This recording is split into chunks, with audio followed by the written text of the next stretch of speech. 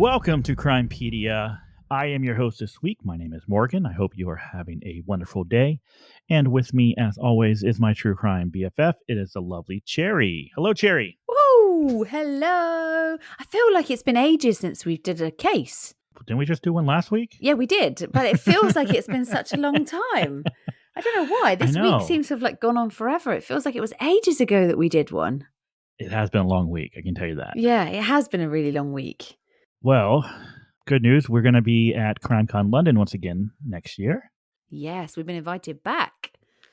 June 10th and 11th. Mm-hmm.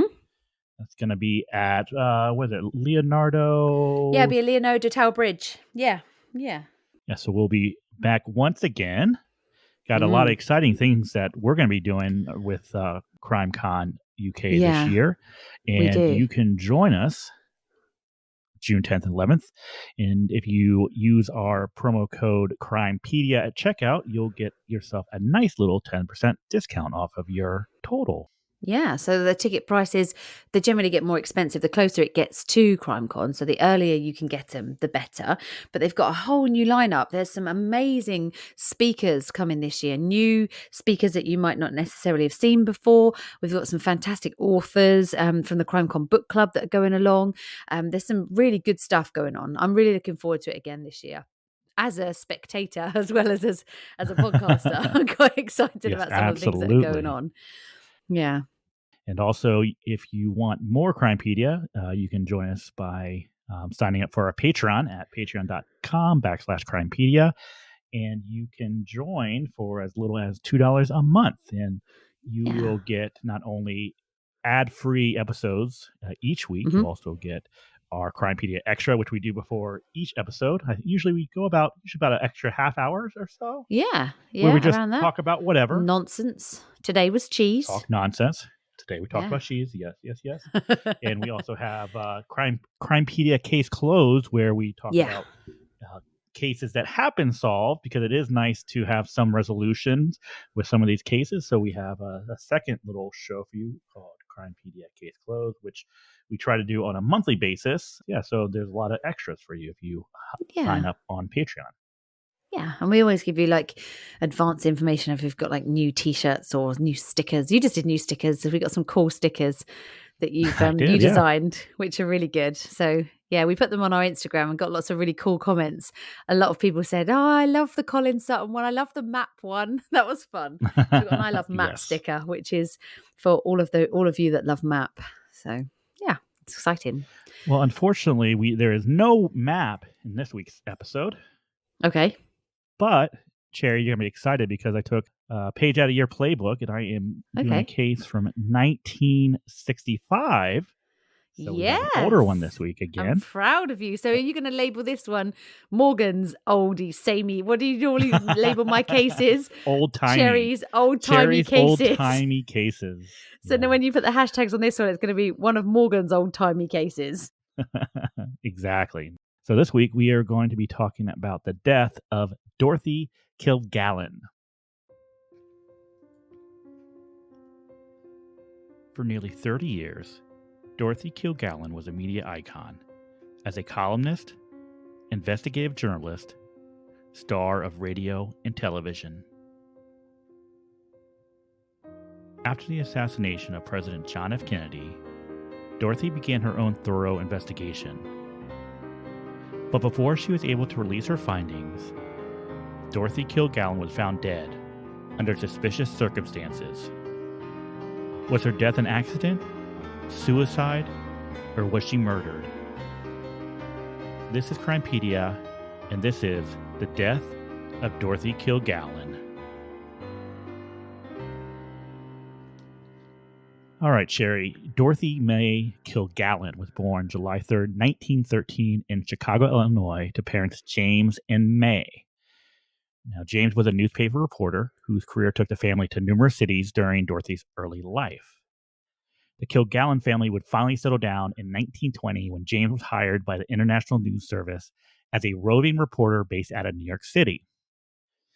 James would spend the next 38 years working for the International News Service, where he covered stories such as the Lindbergh baby kidnapping and the German surrender in World War II. Now, James was also very keen on culture and would often take the family to see Broadway shows. Dorothy herself would develop a love of theater, which was something that she would keep throughout her life. James would also be very influential in leading Dorothy into a career as a journalist. After completing just 2 semesters at the College of New Rochelle, Dorothy would drop out of school and accept a job as a reporter for the New York Evening Journal. While she was a well-known gossip columnist, her true passion came as an investigative journalist. Dorothy would often find herself reporting on famous criminal cases, such as the trial of Dr. Samuel Shepard, who was found guilty but later exonerated of the 1954 murder of his pregnant wife. Oh, Now, Sherry, you no. might know of this one. This is the Mhm. case that was it. It. So you saw the movie The Fugitive, right? With Yeah, yeah. Harris. Yeah. So Harrison Ford. this is Harrison Ford and Tommy Lee Jones. So that's the Yeah. case that kind of was influential. It kind of influenced that movie. No way. So very, very famous case. Now, the interesting Yeah. thing about it is when he was found guilty, she was one of the first people to like, no, something's wrong with this. This guy didn't do Oh, it. yeah, he didn't do it. And part of her reporting and her own investigation of the case would be would lead to his exoneration. So they Oh my used god, some they of her used some of her information, research. yeah, to get him out. So That's she crazy. she Good for her. absolutely loved that stuff. She loved Yeah. these crime cases. She loved doing investigations herself. That was her true passion. So yeah, she was a gossip columnist. That's what really paid the bills. But Yeah. whenever she But it can wasn't get her into passion. Yeah. it wasn't her passion. Whenever she was able to investigate, that's what she loved to do. Sounds like we would have got on well with her. I think so. I Yeah. think so. Sounds like a fascinating lady. She's very fascinating. Now, Dorothy would also make a splash in television when in 1950 she became a panelist on the TV game show What's My Line. So this was like a Oh, no show. way. Yeah. This was I like remember this from when I was a it's a kid. yeah, a panel show. So they would have the panel, and then you'd have someone who you had to figure out what their job was, right? So Yeah. you would ask Yeah. questions, and they would answer, and then eventually, Fun. you'd Yeah. yeah. So she did that for 15 years. Oh, She wow. was a That's a long regular time on on it, TV. and so Yeah. very long. And it was Yeah. tough because when they first started doing the show, everything was live. So they would film it every week live. In front of They an would audience and stuff. in front of the audience. Mm. The show never took a break. So it Oh, was wow. Yeah. constant. So every week they were recording it. Now eventually tape would come along, so they started taping episodes in advance, which eventually would allow Dorothy to take, summers off. But for the Yeah. longest time, every week she was recording this Oh, What's My Line wow. live. Yeah. Now, Dorothy's reporting would sometimes lead her into trouble and would create enemies. Oh, On at yeah. least 2 occasions, Dorothy was sued for libel by subjects of sensational articles which she had written. Now, in 1959, Dorothy would also upset high ranking military and intelligence officials Oh, when she dear. became one of the first journalists to suggest that the CIA and the mafia had been working together in order to assassinate Cuban President Fidel Castro. Oh, my God. That is slightly libelous. Yeah, it is. Now, Yeah. after the article was published, FBI Director J. Edgar Hoover would begin to keep a dossier on Dorothy's activities. She would also draw the attention of the CIA. Now, it is believed that Dorothy was a CIA asset, and she would receive information from them. Okay. Yeah. And in turn, she would write a lot of pro CIA Yeah. articles, Yeah. right? And about some of their activities that they were doing. Make him sound good. But she would at one point write a newspaper column Mhm. alleging that Radio Free Europe was actually not free, but rather influenced by subversive groups led by the Oh, CIA. okay. And because of this, the CIA would start their own dossier on her. Oh, wow. So she's making enemies all over the place. She is. Mm. Now, when confronted by CIA agents in search of a source for her column, Dorothy flatly refused to provide one. Okay. Yeah, so she's like, Oh, she's getting yeah. she's getting information from wherever she can. She's getting information from CIA, but then she's also Yeah. getting information from people that are, against the CIA. So Against them, yeah. she has her hands everywhere, getting wherever she can get information. Dorothy's getting it. Wow. Okay. Now, Dorothy would also have a public feud with Frank Sinatra No after she way. wrote a multi-part front-page story on the singer in 1956. Now, after the story was published, Sinatra himself would begin making derogatory remarks about Dorothy's physical appearance during performances. Oh, God. And in return, Dorothy began writing stories about his mafia connections. Oh, So now, wow. These two so are now she had really, Frank yeah. Sinatra. Oh no, they did not like each other. They were friendly. They before all this, they were actually friends and they got along Yeah. and they would go to parties together. And then she wrote the article, and then Boom. No more. enemies, Oh, dear. enemies. In 1940, Dorothy would marry Richard Colmar, who was a musical comedy actor and singer, and they would have 3 children together. In 1945, Dorothy and Richard began a radio talk show called Breakfast with Dorothy and Dick, which the two would host from their home until 1963. How did they even get Dick from Richard? Like, how did that even happen? Like, you'd think it would be How did it Rich for become? I short. don't know. How did they Rich, but get yeah, Dick you from get Dick. Richard? Like, that's just I have no crazy. I idea. never understand that. How did Richard turn into No, Dick? I Maybe the don't first know. Richard was a dick or something. Maybe it just caught on. Like the guy's No. a dick. Yeah, exactly. That Richard guy, he's a right dick. And then they just called him Dick for short. I'm sure someone out there will write in and let us know exactly how you get Dick for short Yeah, because like from Tony, Richard. Anthony, I get it. Anthony, do you Tony for short, you know? Tony. Robert, Yeah, Rob for exactly. short. But Richard and Yeah, Dick, I just don't understand how that became. but with Robert also has Bob. You get Bob is there's people that are Bob that are short for Yeah, Robert. and that's another one. Well, Rob, Bob. No, yeah, where did Bob come from out of Robert? That doesn't make sense either. No idea. No. No idea. Well, if you know, let me know. Sorry to sidetrack off. The two were not without marital issues. Well, I can imagine so, because she sounds like a bit of a mischief, doesn't she? Well, she does, but it actually also started with Richard. Now, it's believed that Okay. Richard had engaged in numerous extramarital affairs. So Richard was a dick then. He was. It may have fathered children from at least one of the affairs. He really was a dick. Oh my God. Yeah. Yep. Now, Richard would also often dip into their bank accounts to pay hush money to these women that he was sleeping with. Oh my God. So, not the best guy. No. Not really husband material. Now, it's also said that Dorothy had walked in on one of these affairs taking place in the couple's own bed, and she refused to ever sleep in that bed again. Well, I don't blame her. Now, while the two would publicly keep up the appearance of being a happily married couple, privately, the two did not consider themselves married. Okay? Oh, that's sad, isn't it? Yeah. With her marriage to Richard collapsing, Dorothy would find herself in a love affair with singer Johnny Ray after meeting him in the early 1950s. Oh, wow. This is getting complicated fast. It is very complicated. By 1965, Dorothy would also begin seeing a younger man, which at the time was kept secret. Now, no one knew who the man was. She simply just referred to him as the out-of-towner. Now, years later, it would be determined that the man was named Adam Ronald Pataki, who was a film and drama critic for the Columbus Citizen Journal in Ohio.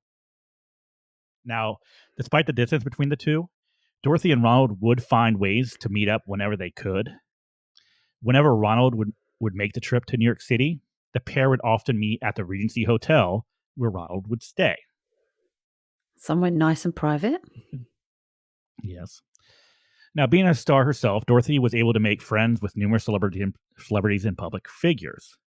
Dorothy would become particularly close with John F. Kennedy, who she had met through mutual friend and Kennedy mistress, Florence Pritchett. Oh, wow. This is a web. It is a huge web. It is, isn't it? It's a huge entangled web of people. Who's who? She's absolutely fascinating.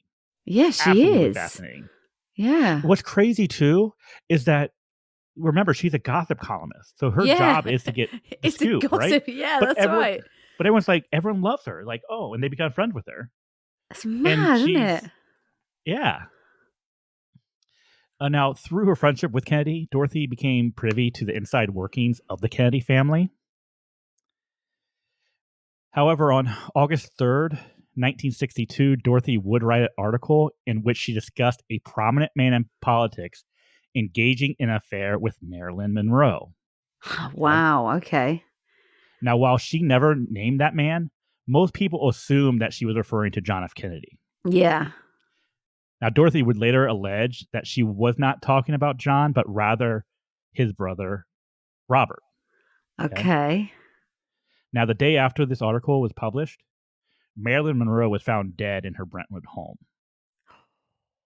Scandalous. Yeah. And Marilyn, of course, she died of Drug overdose, wasn't it? drug overdose. Yeah, drug overdose, barbiturates. Mm. Okay. Now, on November 22nd, 1963, John F. Kennedy was assassinated in Dallas, Texas, while his motorcade made its way through Daley Plaza. Lee Harvey Oswald would be arrested later that same day for the murder of Dallas police officer J.D. Tippit and would also be charged with the assassination of Kennedy. 2 days later, on November 24th, 1963, Oswald was shot and killed by Jack Ruby. Like most Americans, Dorothy was shocked and appalled by the assassination. However, something about the assassination and the murder of Oswald did not sit right with Dorothy. She would very publicly voice opposition to the official conclusion that Lee Harvey Oswald had acted solely on his own. Mm-hmm. Soon after the assassination, Dorothy would begin her own investigation and would create an extensive file of evidence that she was able to collect.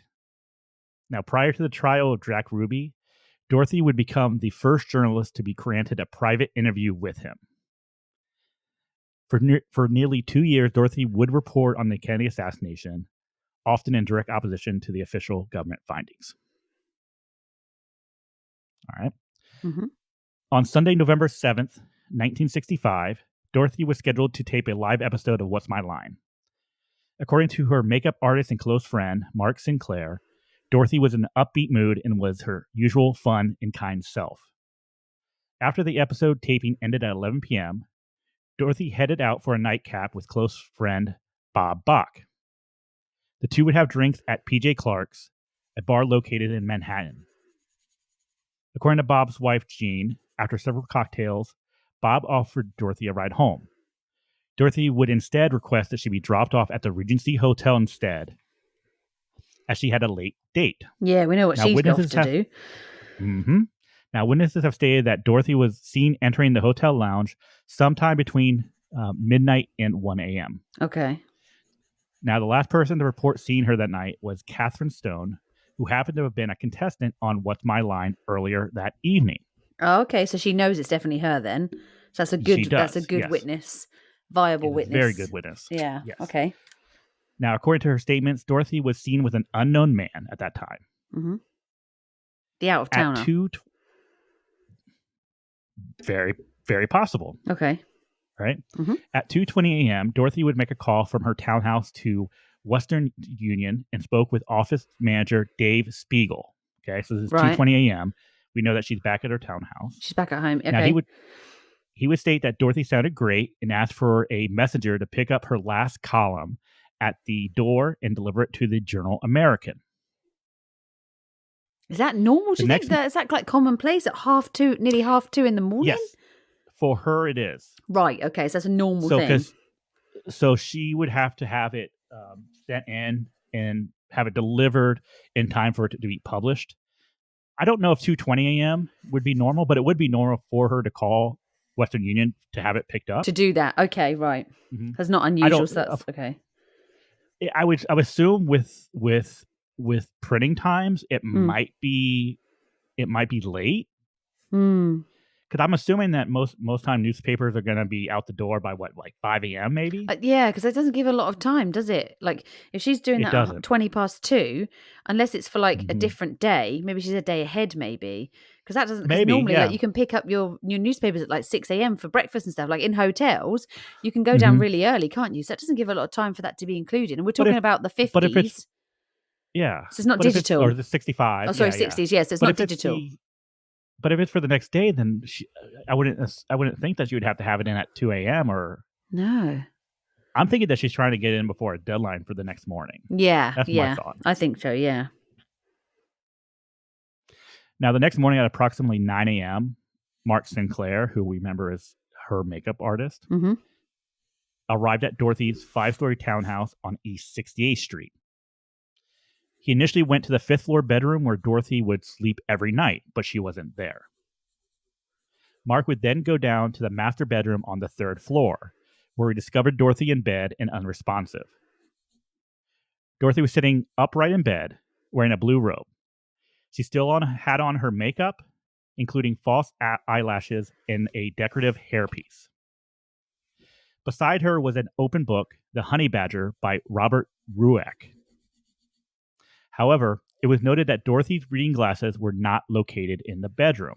And this is something that she would have needed in order to read the book. She needed her glasses. She wouldn't have been able to read the book without them. Mm-hmm. Now, on the nightstand beside the bed, there were 2 empty drinking glasses and an empty prescription bottle. One thing that was missing from the room were Dorothy's files on the Kennedy assassination, to which this day have never been located. Interesting. It is.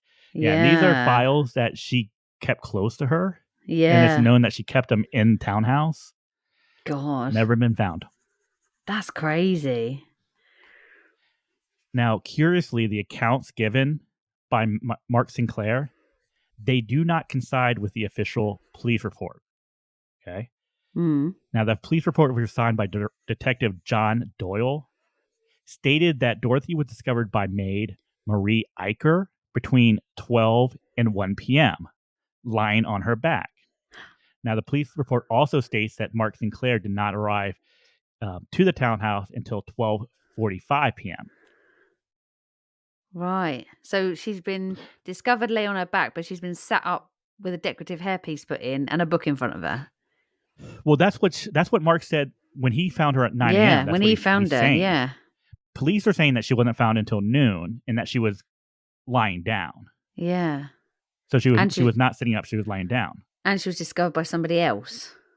Yes, that's By the correct. maid. And that Mark Sinclair didn't show up until 45 minutes after she was discovered. So who's telling the truth and who's lying? Exactly. Yeah. Yeah. Yes. Because that's a huge difference. That's not just like a 10-minute window difference. That's a whole we're morning. talking 3 hours. Yeah. Yeah. And what happened? Let's say that she was found at 9 a.m. What happened in those 3 hours before someone actually called the police? Because the police did not arrive on scene until after 1 p.m. So we know that for sure. Yeah. Okay. So what? But why would he lie? Why would he lie and say that he found her at 9 a.m.? Why would he say that? He's got no reason to lie to say he's discovered her earlier. Reason. Yeah, there's no reason. No, he's not going to gain. I can understand, like, if it was slightly later and like you, oh no, I couldn't have been there then. I didn't get there until this time. But when it was like, well, no, I got there at 9 a.m. I found her at 9 a.m. And then the police are like, well, no, actually, another lady found her at like midday. Well, okay. Why would he say he found her when he didn't? Yeah, exactly. I don't know. It's very strange. That is weird, isn't it? It is very strange, right? Yeah. Now, when police did arrive on scene, like I said, it was after 1 p.m. They were quickly able to determine that there was no indication of homicide. So they decided that almost right away. Really quickly, yeah. That's interesting. Yeah. Yep. They also decided that it was not a case of suicide, but simply an accidental death. That seems very strange. It is very strange. It is, because how can you conclude Very that quite strange. so easily? No investigations happened yet, guys. No, but that's what they did. They decided that almost immediately. Like, no, Yeah. accidental death. Okay. That's mad. Interesting note that on the report of death, the time of death was recorded at 1:40 p.m. Now, this is interesting too, because the coroner or the medical the medical examiner didn't arrive on scene until after 3 p.m. It's also a very specific time of death. I mean, usually they say it's within the last so many hours, or we know it Hmm. from, from this evidence in the post-mortem or whatever. This, we know that it would have been because of the state of the body, blah, blah, blah, and the conditions. They Yeah. don't usually pinpoint an exact time. Like, that is very specific. Yes, it is very specific. I think that they made it 1:40 p.m. because that's the time that they arrived on scene and found her. The police did. Yeah. That's my thought. Yeah. My thought is it has nothing to do when she actually died. I There. think that Yeah. time is when they actually arrived and were like, "Yep, she's dead." Yeah. But then that's mad because that isn't the time she died. She didn't die when they It's got not. there. She's already died No, beforehand. it's So not. time of death is actual time of demise. Yes. Yeah, This is really crazy. it is. It is. Yeah. Now, in examining the empty prescription bottle, police would discover that it had been filled at Hunter Pharmacy on October 8th, 1965, and was for 50 100 milligram capsules of Seconal. Okay. Now, Seconal is a barbiturate. I was just about to say that. Isn't that a barbiturate? It is. And It is a she barbiturate. she had 3 50-gram bottles of barbiturate. No. She had one bottle Oh, with 50 Okay, so when it was filled on October 8th, it was 50 yeah. capsules, 100 Yeah. milligrams of this barbiturate. Okay. Right. Yeah. Police notes would indicate that Dorothy would take 3 to 4 capsules a day. For what? All right. Apparently, she would use this to help sleep. So it's believed she was reliant on Seconal to actually sleep. Well, yeah, barbiturates are usually for like nervous system depressants. So a Mm-hmm. barbiturate's usually like if you have fits and stuff, it kind of calms, like For convulsions. You know for that? yeah, epilepsy. Yes. Yeah, At because this I time, remember though, it was she also just took so it was it as a treated. sleeping tablet. It was it was considered a temporary treatment for things like insomnia. But at this No time, way. they were prescribing this for pretty much anyone for anything. So basically, it was being used and abused for purposes of sleep. Wow. Okay. Yeah. Well, yeah, because they do use it still. I mean, I think they still use it for insomnia, but in a smaller, Hmm. I think it's a smaller dose, isn't it? I don't think they, because I think, it is addictive, isn't it? I think it's an addictive drug. You can get addicted to it. Oh So no, I don't, absolutely. so Yeah. it's controlled Hmm. now. Maybe it wasn't back Hmm. then, but I think it's controlled now. You can only have so It much is. in so many amount of time. Correct me if I'm wrong on that one, but I think I remember that it was only, you can only have it as a controlled drug. If they do use it's like an antidepressant, or it's like a depressant of symptoms, isn't it? Yeah. Hmm. Now the other Wow. thing that's Okay. interesting is, let's go back to the police notes that say that she would take 3 or 4 capsules a day. That's a lot, isn't it? If she took 3 or 4 capsules a day, let's say she took 3 capsules a day, Yeah. she would go through 50 capsules in 16 days. That's a This is lot. and this would now have been 30 days, almost 30 days since she had it filled. So Wow. she would not have had, if she had Yeah. any in that prescription bottle, she wouldn't have had that many, I would presume, right? Yeah. That's crazy. It's a lot. It It's a is a lot. lot. Now, based on the evidence gathered, the medical examiner on scene believed that the most likely cause of death was an accidental drug overdose.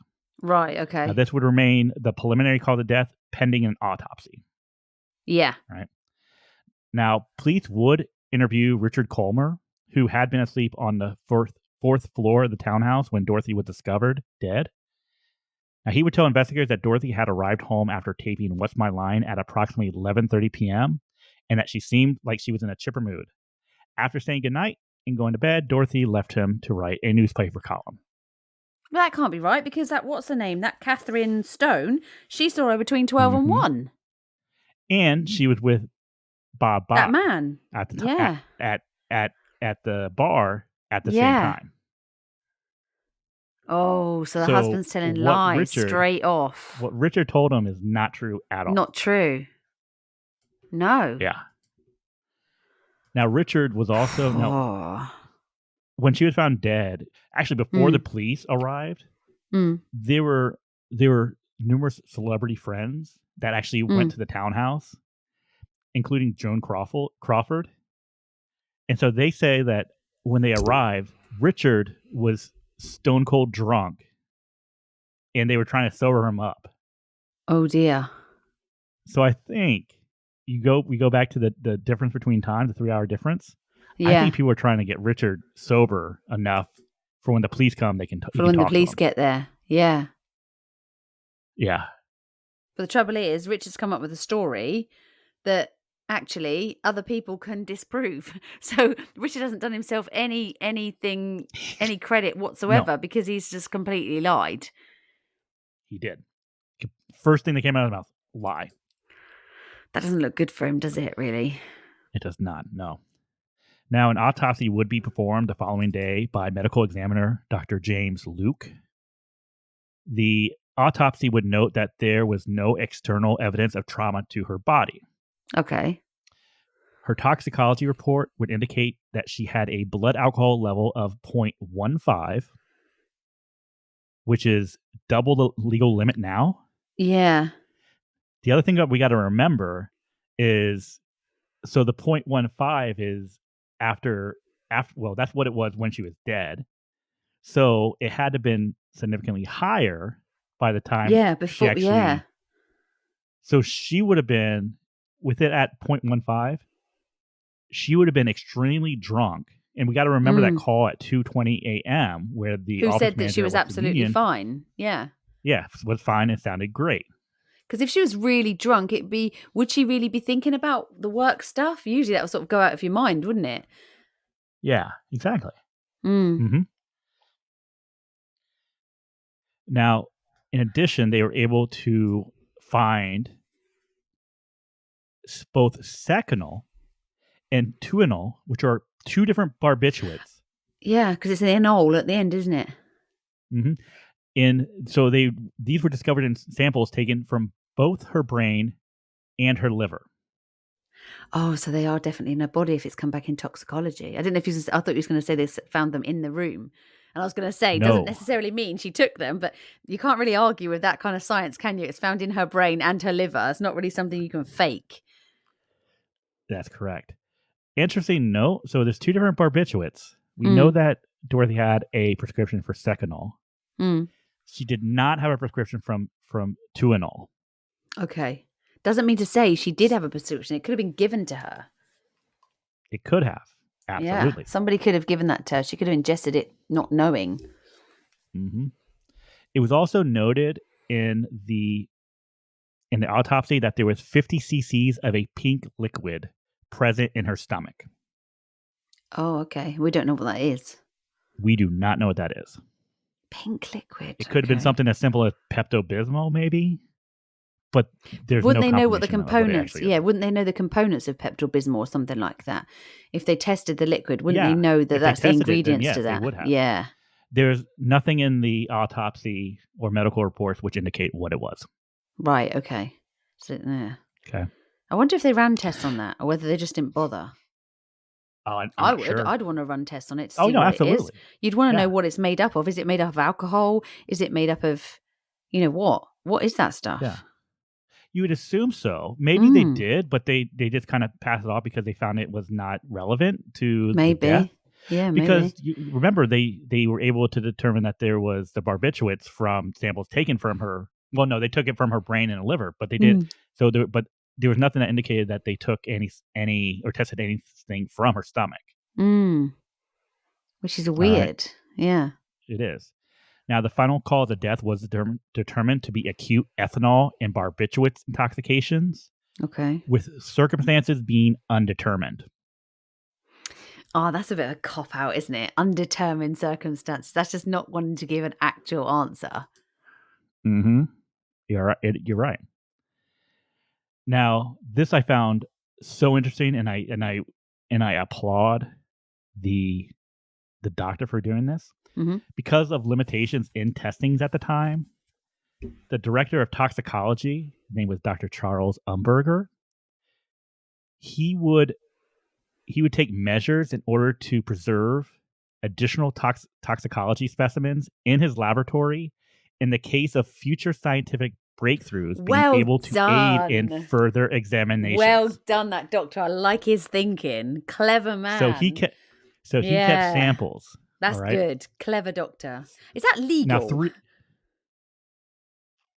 I would assume so if I'm it's not just sure. I'm not samples. sure if they're allowed to take samples and retain them. I was reading up I don't on know. post-mortems the other day Mhm. and what happens when you donate your body to science. And they were saying like if they take samples in a post-mortem, that they normally return them back to the family following all the testing that needs doing, or Interesting. they Yeah. get rid of, incinerate them, but they let you Instead of know yeah. that they've actually been incinerated. They're not, I don't think they're supposed to keep them Well, he unless it's did. documented. But in this case, good for him. What great forward thinking. It is very good that he did it. Okay. Yeah. So in 1968, just 3 years later, a Mm. chemist examined some of the tissue samples from Dorothy and discovered that it did not have 2 different barbiturates, but actually 3 3. barbiturates in her No. system. See, good She forward had thinking, Dr. Umberger. That's brilliant. it is. She had secnol, like we said. She had Mm. tuinol, which we said, Mm. and she had nambutyl. So 3 Wow. different 3 barbiturates in her different. system at the time. Now, also, do you remember how I mentioned that there were 2 drinking glasses on the Yeah. nightstand? Yeah. The medical examiner was smart enough to take specimens from those 2 glasses. Oh, Okay? this is good. The professionals in this case are doing well. I'm impressed. They're doing really well. Yeah. Now, later analysis of these drinking glasses will find that one of the glasses contained traces of nambutyl around its rim. So she was given it. Oh, It because why would you do appears that to so. yourself? Why would you do? So I think what's No. happened in this case, it looks suspicious, but they haven't got Mhm. anything at the time to say it's suspicious. So these professionals have looked at this and gone, "There's something not right Something's here. not right. Let's just That's take exactly these right. samples just in Mhm. case we can future prove it, and then we can come back to it," which Yes. is brilliant. That's really good. Yeah. I wish this happened more because I can think of the cases that would have been handy to have, these samples put back somewhere that you could go back to with now technology that we've got now. Some of the Mhm. cases that we've covered, if you could go back and look into, slides and things like that now, I wonder how many more would be solved. Quite a lot, I Oh, I think. know. Yeah. Yeah. So this was genius for them to do It this. was, yeah, Like, totally genius. and later they would admit, like, yeah, something just didn't sit right with us on Mm, this, yeah. and so that's why they did it. I mean, Good this for is would have been them. this could have been an easy case just to say, accidental, Yeah. and she took too much Secnol, she had too much alcohol, the Yeah. two, you know, Didn't mix well. you know, didn't mix well. She Mm, died, right? yeah. Now, later toxicology analysis would determine that Dorothy had the equivalent of 15 to 20 Seconal capsules in her system. So she's not going to have taken that on by herself, is she? 15 That's to not accidental. 20. That's not accidental That, at all. no, Not no. unless you've got like dementia or something, you forget you've done stuff. That's, Mm-hmm. you wouldn't take you might take one too many or double the dose, but not 15. 15, and that's just that's That's just just one. Seconal. Yeah, that's just one of the 3 That doesn't include the other barbiturates. two. Yeah. So to me, it Gosh. sounds like this is. It sounds like someone had Mm, prepared a drink for her, yeah. open up capsules, dissolve them Yeah. into a drink. Now, her favorite drink was vodka tonic, okay? Which is quite bitter. Which makes and it's good because Mm, in the powdered form, if you were to mm, break up some of these barbiturates, it would have a bitter taste to it. yeah. So you break it up into a vodka tonic, that bitterness of the barbiturates would kind of be hidden Yeah, the bitterness by of the the vodka tonic and the tonic. vodka. Yeah. Yeah, yeah. Remember, and there were 2 glasses there as well, which is interesting to Mm, me, right? So were there 2 people like having drinks before bed, or yeah. and they do know for a fact that one of the glasses did have vodka in it at one point. So they do know that for a fact. Interesting. Yeah, that's interesting. Mhm. It's very interesting. Now, in regards to Dorothy's mental state at the time of her death, there are conflicting reports as to her reliance on alcohol and drugs. Mm-hmm. Now, some friends would state that Dorothy did have a drug problem, with her building up a increased dependency on sleeping pills over time. Mm. Other friends would claim that Dorothy was often seen drunk, saying that she had been seen with Johnny Ray falling down drunk in public and passing out on New York City streets. Oh, God. Now, others would state that while she did enjoy a vodka tonic, she didn't drink too much and she didn't show any indications of being an alcoholic. Now, at the time of her death, Dorothy was working on a manuscript for what turned out to be a book published under the title Murder One, in which she wrote about 6 murder stories that she had covered as a journalist.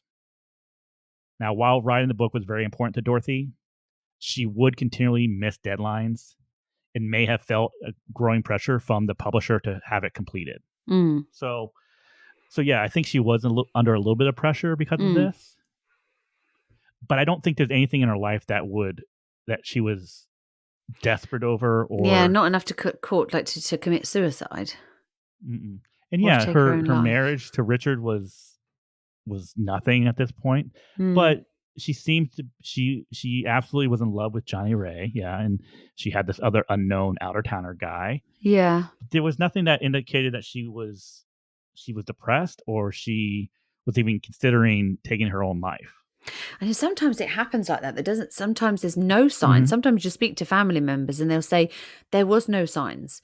The like that morning we met up, we had coffee, everything was good, and then by that afternoon the person's taken their own life.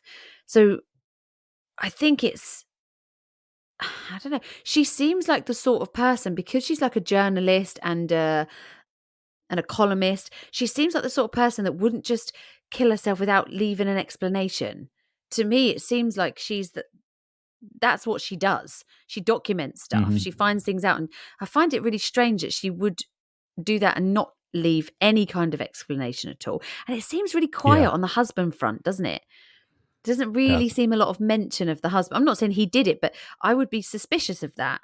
That he's documented as being very drunk the night that she's killed. He says she came Mhm. home at a certain time. Well, we know that she didn't, because there's multiple witnesses that say that she was at a place, or they saw her, or so straight away he's very suspicious in his actions and very suspicious in He is. his alibi. So, He is. and the fact that they live in the same house, and she was downstairs in the townhouse, he was upstairs when they found her. She was in the bed that she stated that she would never sleep in again. She was in their marital bed, which she found Richard engaging in an affair in. It's a bed she never slept in after that day. That's even more suspicious. Mhm. Yeah. That's There's very no suspicious. there's no reason that she would have been in that bed. Or Why? sh Yeah, or why would she do that? So 'cause it's not. Yeah, she slept on the 5th floor. Richard was on the 4th floor along with their son, Carrie, that's and they had crazy. a live-in nanny/tutor who also was on the 4th floor. The 3rd floor bedroom, which is the master bedroom, was there, but it would stay basically empty. That's very suspicious. Yeah. It almost seems like to me that if this was staged, Yeah, yeah, that either it was the most convenient place to put her, or it was someone that didn't understand the circumstances of the marriage and the sleeping arrangements. yeah. That seems very strange to me. It's very strange. Now, so speaking about Richard, so we talked about, their marriage by this point was in name only. Okay. Mm-hmm. Now, Richard had been a successful businessman as well as a Broadway producer, but his stature had begun falling greatly over the years. By 1965, Richard had become an alcoholic who had very little means of making his own income. Mm. To those that knew them, he was seen as I'm doing air quotes, Mm. kept husband Mm-hmm. who many believed was lonely and depressed. In celebrity circles, he was seen as a failure and a laughingstock. Mm. Now, according to Mark Sinclair, Richard was a desperate man who was threatened by the actions of Dorothy that she had intended to take just prior to her death. Okay. Right. So here's two things, right? So if Dorothy were actually to leave Richard, he would lose what was left of his waning celebrity, as well as his only real source of income. All right. Right. The other thing that was going on at that time was it's really believed that Dorothy was beginning to look into making significant changes to her will. All right. Oh. Now, most people believe that Dorothy's youngest son, Carrie, who just mentioned, Mm. Carrie would have been 12 at the time, I think he was, Mm-hmm. was actually the son of Johnny Ray and not Richard. No. Yes. Now, Dorothy did tell friends that she had concerns that if anything were to happen to her, Richard would not care for Carrie. So in order to ensure that Carrie was taken care of, Yeah. Dorothy had begun writing up a new will, which would have significantly increased the benefits paid out to Carrie. It just gets more twisted. Very twisted. Yes. Now, after the death of Dorothy Kilgallen, Richard inherited virtually everything based off of a will which had been written in 1941. Oh, Okay? man. Now, just months after There's your Dorothy's death, motive right there. There's your motive. that is a huge motive. That is. Yeah, just a month after Dorothy's death, Richard would sell their 68th Street townhouse for $290,000, which in today's dollars would be over $2.7 million. Oh, Okay. wow. Okay. Now, in addition, with Dorothy's various insurance policies, this actually provided Richard with another $90,000, which in today's dollars would be $851,000. Wow. So he gained a lot from her death. He gained a lot. He gained almost $3.5 million yeah. from her death. That's a good motive for murder. That is an exceptional motive for murder. Okay. Yeah.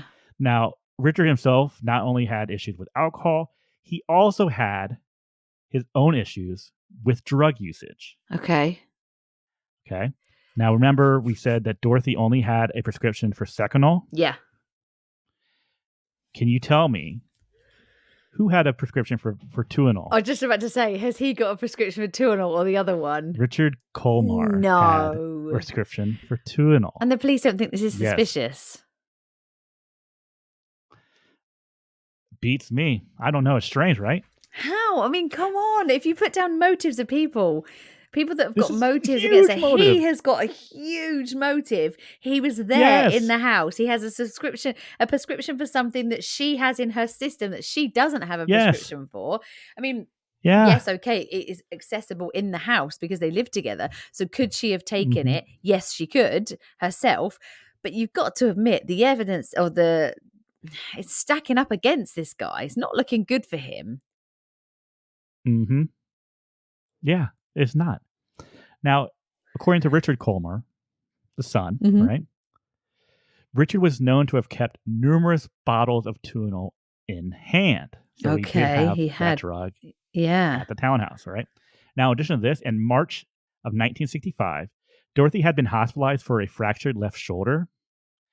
According to Pearl Bauer, who was an assistant to Dorothy's secretary, Myrtle Verne, while in hospital, Richard had brought enough Tuinal and alcohol that nearly killed her. Man. So he's already nearly killed her once. Yeah. Yes. So he's got form. Yes. It's not looking good for him. I mean, you can't pin it on him definitively, but it's not looking great that he's given her. I mean, did he feed that to her before, or was it the fact that he just helped her because she was in a lot of pain and he nearly killed her accidentally?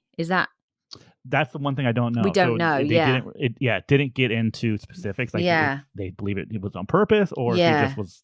Or was it Being that able to he take tried to? this. Because that is another thing that happens a lot, isn't it? That people are in pain from an injury or from a sickness, and they take as much as they can to get rid of the pain. And then because they get used to it, they take more and more. So I wonder if it was the fact that he was trying to help her because it was painful, Mhm.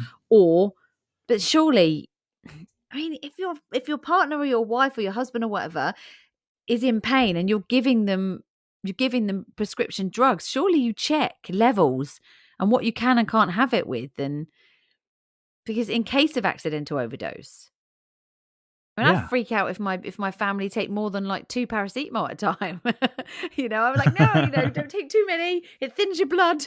Be careful. You've just, Mhm. but that's, yeah, messing with prescription drugs is a bit weird. Mm. No, so it's very, very, Yeah, it's very very strange. weird. He would be my It number one is. suspect at the moment. Absolutely. Now, I think we have to talk about this unknown man, Yeah. right? That she Yeah. was seen with at the Regency Hotel. Yeah. I think based off of circumstances, it's probably easy to presume that it was Ron Pataki. Yeah. Okay. Because this is a place that they would go and they would meet up. This is where Yeah. they would have their rendezvous when he was in New York City. Yeah. Okay. Now, what I find strange is how he would end up back at her townhouse, right? So if they were going to go somewhere to sleep together, wouldn't they just go up to a room in the Yeah. hotel? In the hotel.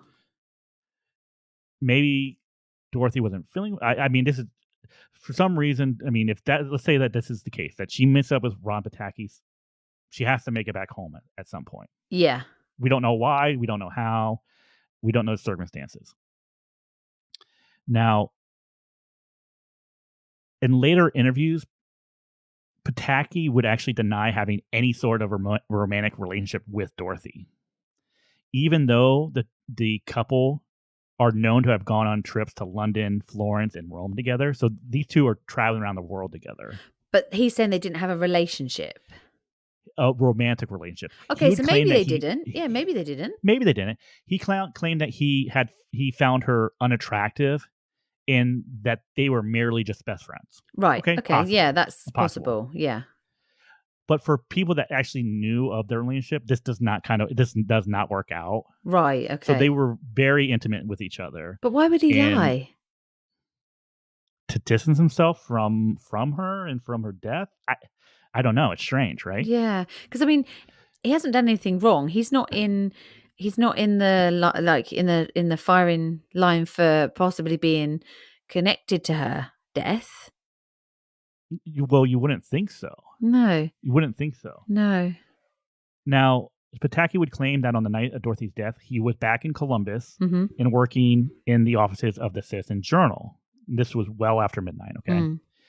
He would claim that he did speak with Dorothy by phone at approximately 12:20 a.m., Right. Okay. which, if you remember, by 12:20 Yeah. a.m., she was at the Regency Hotel, That's right, because she was or seen either between either 12 at the and Regency Hotel 1. Mm. on her way to the Regency Hotel. Yeah. So I don't think there was a way that I don't think he spoke to her that night. Well, because it would have been via landline, wouldn't it? Because there was no cell phones It would then. have been. So Yes. she was seen by Catherine Stone between 12 and 1. He's saying he spoke to her Yes. about 20 past 12.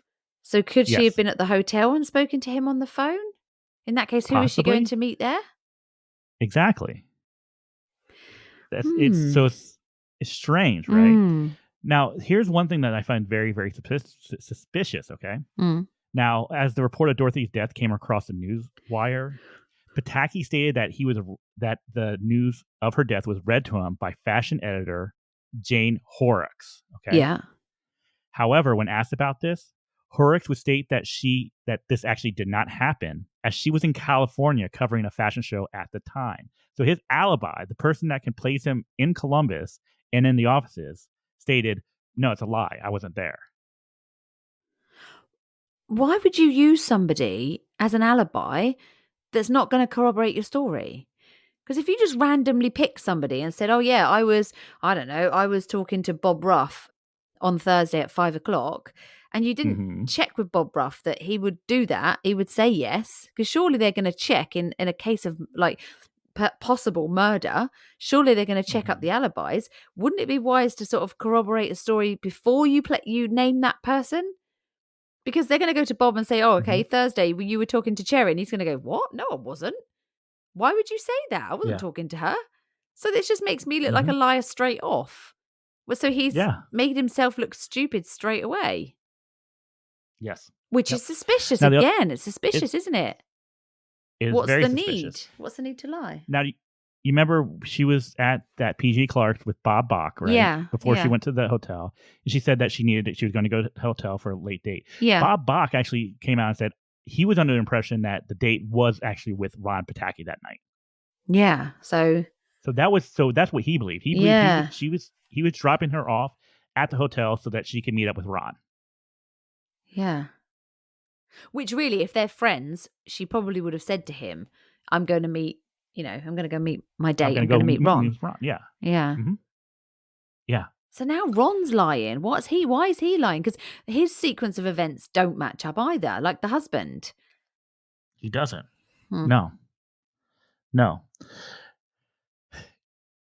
I don't I don't think Pataki has any credibility when it comes to what anytime he talked about what happened that night and where he was. Mm. I don't think he has any No, credibility in it, right? it's suspicious what The you're other saying. the other thing that's really interesting with Ron Pataki is that before her death, Dorothy had told friends that if anything had happened to her, that a future investigator would realize that Ron Pataki was a CIA agent. Oh, right. Okay. So people who think that Ron Pataki might have been involved in it Right. think that it might have been Ron Mataki had killed her to silence her because of Yeah. her investigation into Kennedy Which would assassination, make sense. But if that's the case, why is the husband acting so weird? And why is his alibi so messed up? or was Pataki and Richard working in cahoots? Yeah, there is that. Because here's the thing, because if you were Richard Colmer, what would make more sense? Taking her documents on the Kennedy investigation and destroying them, getting rid of them, and not making Mm, a dime off of them? mm. Or would you take them and sell them off and make as much money as possible? Because obviously at this point he's in dire straits financially. Yeah, Yeah, that's right. he's gonna get money from the townhouse sale. He's gonna get money Yeah, from her insurance policies. Wouldn't you want to secure as much financial yeah, stability as financial. Yeah, possible? that's right. You would, of course. So, does it make sense for him to take those documents and get rid of them, or does it Mm, make more sense for him to get those documents and sell them? it would. Obviously, that would be the most sensible thing to do. Make the money. So, let's say hypothetically, let's say Ron Pataki was a CIA asset or an agent, Yeah, right? yeah, And he was told to get close to Dorothy and to yeah. To learn get as the much as possible information. as her Yeah, investigation because he did work on the investigation with her. So they had worked on stuff together. yeah. And he So knows let's what say she knows. hypothetically, So, yeah, exactly. Let's say hypothetically he gets into Richard's ear like, "Hey, I can secure your future. mm, We can get rid of Dorothy. yeah. She dies. You gave me the documents. We get rid of them, and everyone just thinks that she had died of a drug overdose." But you'd think him being part of the CIA or whatever he's part of, you would think Mhm. that he would have better ways of knocking someone off and not using an amateur such as her husband and his Yeah. pills. You would think that they Mhm. have more sophisticated means, to Mhm. Yeah. to get rid of people. I I I believe that she was murdered, Yeah. okay? Yeah. I think that I think she whoever gave her the drink Mm. put the barbiturates in the drink, Yeah. having her drink it and not know it. I think they had no idea that anyone was ever gonna figure out that she had taken the additional barbiturates Yeah. that led to her death. Yeah. I think they were going to get away with it. I think they're like, okay, they're going to find fentanyl in her system and think, okay, this is just accidental Yeah. Yeah, I barbiturated agree. And they alcohol. didn't know how much else she's taken. Hmm. That's crazy, isn't it? That's just mad. They didn't do their homework very well, did Absolutely. they? They didn't do their homework very well. Well, obviously they did because no one was ever arrested. There's still no like the official cause of death is Yeah, yeah. was well, it Well, was it the was thing is, drug and people now alcohol. have, yeah, now people are looking at it a little bit with, nowadays eyes, thinking, hang on a minute, this is Hmm. really suspicious. So Yeah, they didn't obviously, well, they just thought it was going to be swept under the carpet, didn't they? And that it was going to go away. yeah. They didn't count on Morgan Now, from Crimepedia bringing this one up. Bring no, attention no, to no, it. no. Yeah. Now, Richard himself would actually die of suicide. He committed suicide in January 1971. Oh, do you He think he did. was He actually guilty? he did get remarried after the death of Dorothy. He ended up marrying Right. Dorothy's dressmaker, Oh, wow. and so they were married for a few years, and then Mm. yeah, so he ended up taking his own life in 1971. His poor kids lost their mum and then lost their dad. Yeah. Well, one of them lost their dad. Mm-hmm. Yeah. So Wow, what a crazy that's the case case. that And is. Ron Pataki actually died earlier this year. He died on May 16th, 2022. It's the problem, isn't it, with the I old don't. cases? Now you look back at them and Yeah. you think they are solvable. It's just that now everyone's dying or died, and it makes it even more difficult. But my thought is, even though two suspects have now passed away, and I Mm. think there's still justice that can be done in these cases, right? Even though Yeah, you're not going to yeah. be able to put anyone behind bars. No, that's right. But at I least get think it out there's. there. The truth, the truth needs to come out, doesn't it? For her at least. Mhm. Now, I think most people would agree it's one of three things, right? It's either she took her she died of under her own, I don't want to say will, but she had taken Mm. the pills, she had drank the alcohol, she died Mm. she either committed suicide or it was accidental, or it's one of these two, right? Ron Pataki or Richard Colmer. I think that's what Yeah. most people would say. Yeah. I'm sure there's theories out there that it could have been a mafia hit. Mm. Yeah, I know that she had enemies within the mafia. I know that Frank Sinatra was quote unquote her enemy. I Mm. don't think it's the case where Frank Sinatra put a hit out on her or anything. It's one of those, isn't it? There's a lot of coulds. It could be this, it could be that, it could be this person. This person is connected to this person Hmm. through this. And there's a lot of people that weren't keen on her. She knew a lot of things about different people. So you've got a Hmm. suspect list, that actually a potential suspect list, which is quite vast. But I think you could go Yeah, through and you could slowly knock people off of the suspect list with alibis and stuff like that. I think the whole yeah, CIA thing, I personally think it'd be more sophisticated if it was the CIA guy. hmm, yeah.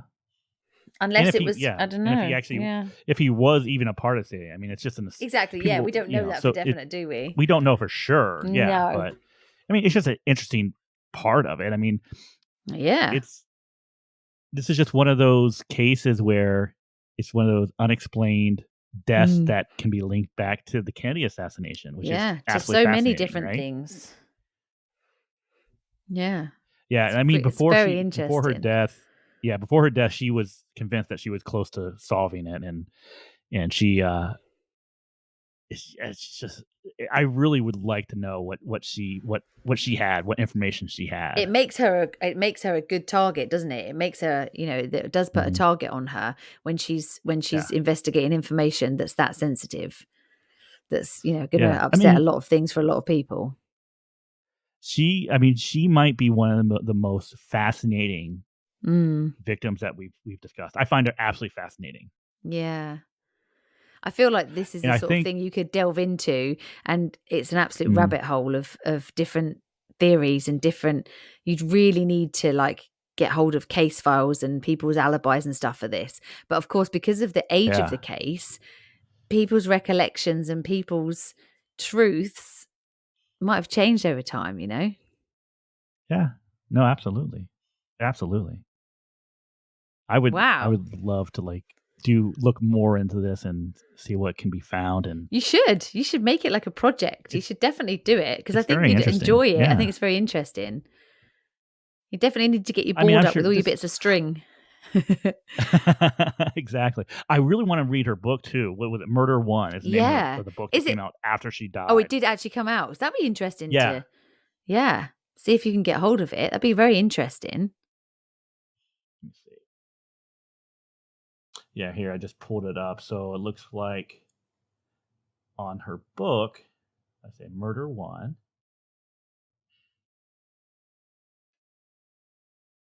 It looks like she discussed her reporting on, say, there's the Fitch Tragoff trials, the case of Mm. Greta Peltz, the Eva Koo case. Oh, I like the name of this chapter was Hooch Whores and Homicide. That's the Eva Koo case. I like that one. Poison and Pedophilia, which is the state versus Robert Allen Edwards. The Crichton Applegate case. Sex in the All American Boy, the trials of Dr. Sam Shepard, including Dorothy Kilgallen's startling affidavit. So that's the affidavit that was put in that helped get him exonerated. Mm. So yeah, it would be very interesting to It check that would. out Yeah, it would be too. really interesting to go and look more into that. Whoa, hardcover. You can get it used for $230 or Seriously? paperback for $151. Yeah. No, we must be able to get it for cheaper than that, surely. What's it called? Someone find Murder it cheaper One. for us. Called, yeah, Dorothy Kilgallen's Murder One. Yeah, the price of this thing is crazy. Like, I've seen it for like $575 on eBay. Isn't that It's insane? like £488 on eBay for this book. Really? Why is it so expensive? Like, why? I know it's out of print, but why is it Yeah, so? I mean, that's crazy money. that is really I think crazy. that's why. I think it's just because it's rare, and it's a first edition, isn't it? I think maybe that's why they only did a first edition. I Yeah, tried to see like if I here's could one find something online, like somebody had put maybe. $595 with $30 shipping. Here's another one, $695, $30 shipping. Yeesh, Wow. that's a lot of money for a book, isn't it? A lot. Well, yeah, if it wasn't so expensive, that'd be a great one to have. I would love to read it. I've just found a review here, though, from somebody who has read it. And it says it's a very interesting case, but I can tell that this was written almost 4 decades ago. The descriptions are very blurred, and there's very little actual interviews of anyone involved in the cases. Dorothy Kilgallen attended the murder trials of each of these cases, and the stories are rehashes of her newspaper articles. It was okay, but not very exciting. Interesting. I wonder Mm, how much had been written or put together after her death. You know what I mean? yeah. Because yeah, She she was was working like on a part way manuscript through it. before her death, Yeah. but so I'm Yeah. assuming someone had to complete it for her, and they, of course, if it's coming from a secondhand source that's putting it together or ghostwriting it, it's not going to be nearly the same. Yeah. Wow, that's really very interesting. You know what? I had a feeling that you were going to find this one interesting. And Yeah, it I is. It's a do. very I interesting love case. this because it's very conspiracy-ish, isn't it? And there's a lot of It different is. avenues. It's my kind of case, this one. It is. Yeah, Mm, absolutely. that's great. What an interesting case. Thank you for that. You are welcome. So at this point in our show, we will do something that will lighten your mood slightly, and we will do our segment, which we like to call the Dumb Criminal.